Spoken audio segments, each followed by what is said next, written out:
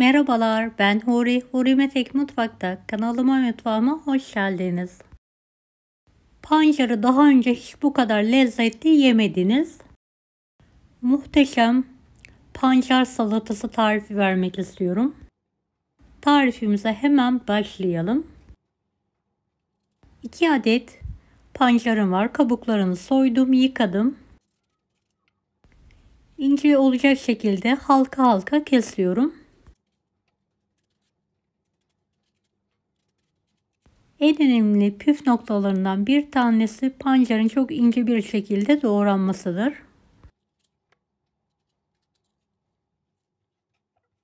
Videomu izlerken buraya kadar geldiyseniz yorum kısmına herhangi bir emoji bırakırsanız bana destek olmak için sevinirim.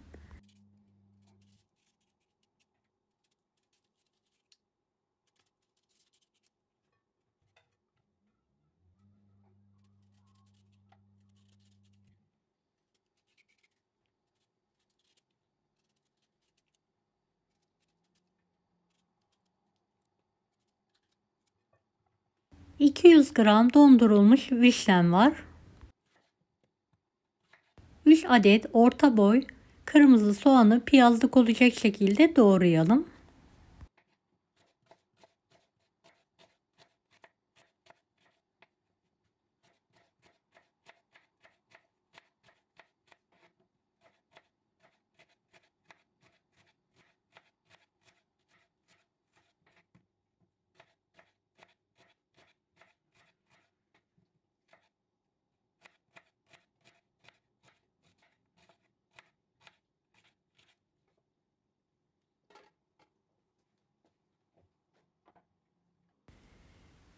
Evet, tüm malzemelerini doğradım. Artık tenceremize alabiliriz.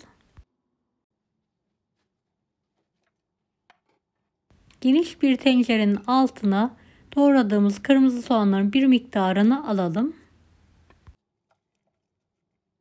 Üzerine pancarları dizelim. Evet, dondurulmuş, çekirdeği çıkartılmış vişnemizi de üzerine ekleyelim.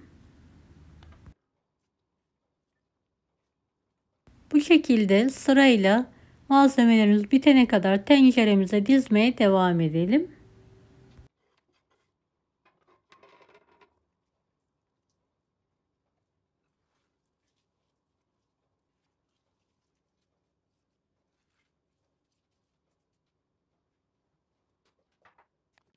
Evet, tenceremizi ocağın üzerine alalım.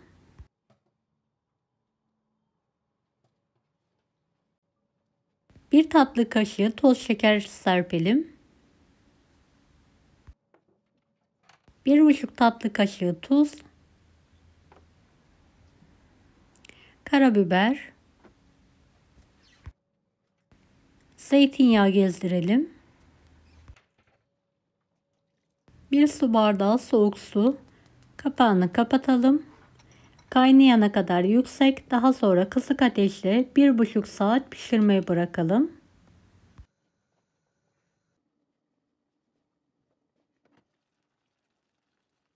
Bir buçuk saat sonra bir sefer olacak şekilde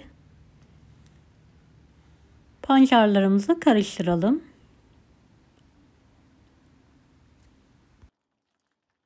Kapağını kapatarak bir yarım saat kadar daha pişirmeye bırakalım. Evet, pancarlarımız pişti. Artık servise hazırlayalım. Geniş bir kaseye alıyorum.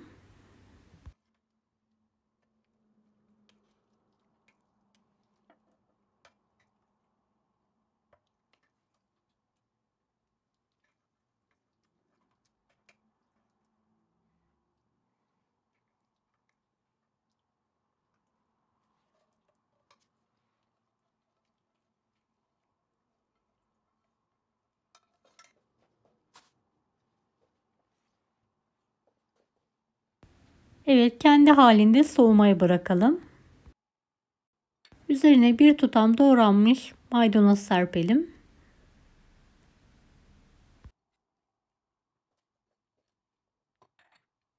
Servise yakın orta kısmına çırpılmış mayonezli yoğurt koyalım.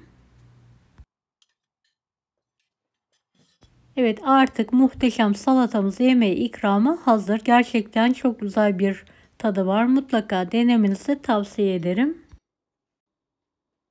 Deneyecek olanlara şimdiden kolaylıklar dilerim. Kanalıma ücretsiz abone olmayı unutmayın. Bir dahaki videolarda görüşmek üzere. Allah'a emanet olun. Hoşça kalın. Daha farklı tarifler için bunları da izlemeyi unutmayınız.